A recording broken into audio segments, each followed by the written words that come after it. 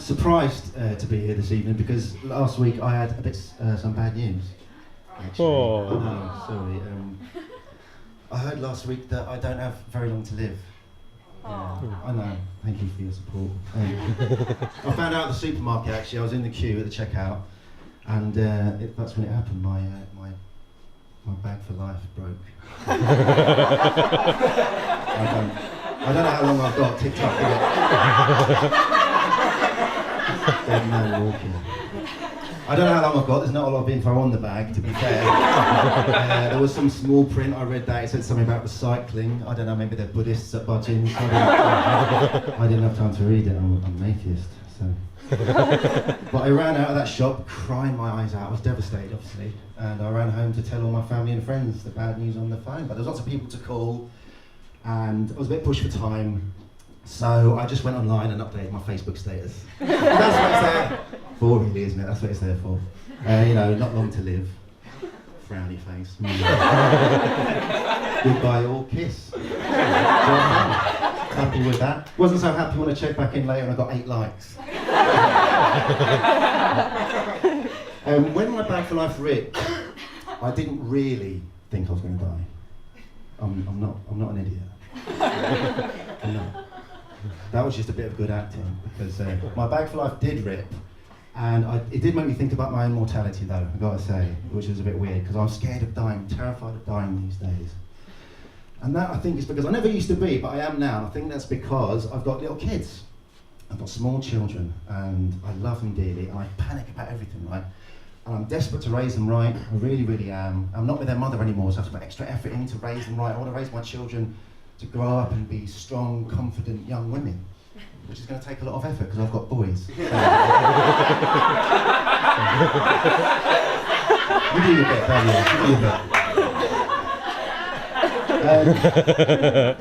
And fathers happen. You're kind of happy. You don't just jump out of the cake waving sparklers. Fathers develop over time. They really do. I've found that out now. I've discovered that.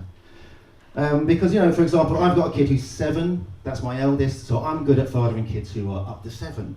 Older than that, I have no idea. I'm absolutely clueless. Even 8, I don't know what they like. Train sets, fags, titty bars, I have no idea. It could be anything. It could be absolutely anything. For example, my experience of nurturing life before I became a dad was 3 pot plants and 2 goldfish. That was it. All dead. All dead. Well, actually, the fishes were murders, but that's...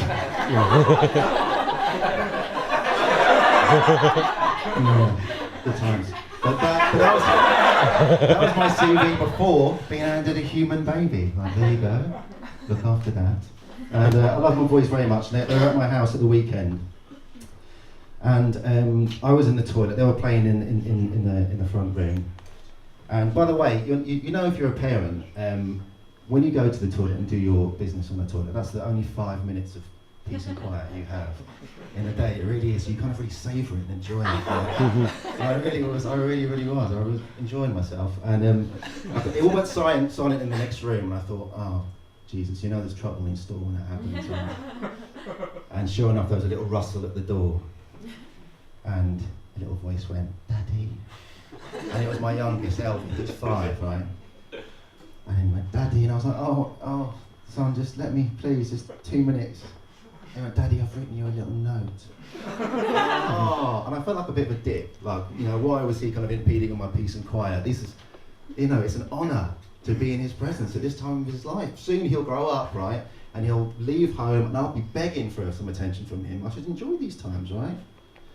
And it was a beautiful thing. And he said, Daddy, I'm gonna post the note under the door. And I went, oh, Elvie, thank you.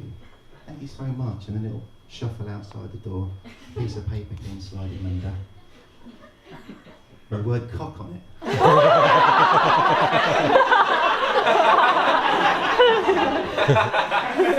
Now, the door's closed, right, so Elvie can't see how amazingly funny I found it. I'm the dad in this situation, he can't know that. It was brilliant, there was something quite beautiful about the simplicity of the white paper, the green crayon, the beautifully chosen sexual swear word by my 5-year-old. I was very proud, I was very proud. And it was so adorable as well. He'd had 3 attempts 2 were crossed out, you know. Second one, no, that's wrong.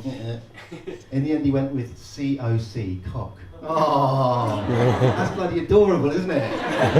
Oh, look at the way he's written cock. Oh, stick that one on the fridge. Throw some glitter on that and send it to Nana. I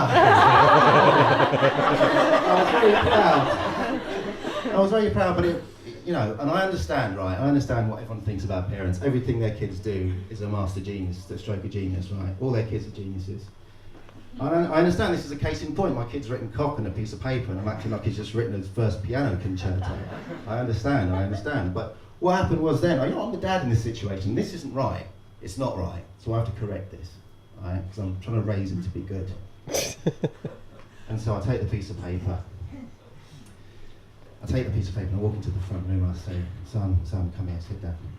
I've got my serious dad face on. Not this one, I've got another one. And I say, sit down. And I put the piece of paper dramatically in front of him like this, and I say, you know you've done wrong, don't you? He said, yes, Daddy. I said, there's a K on the end of cock. Ladies and gentlemen, you've been very good, thank you very much.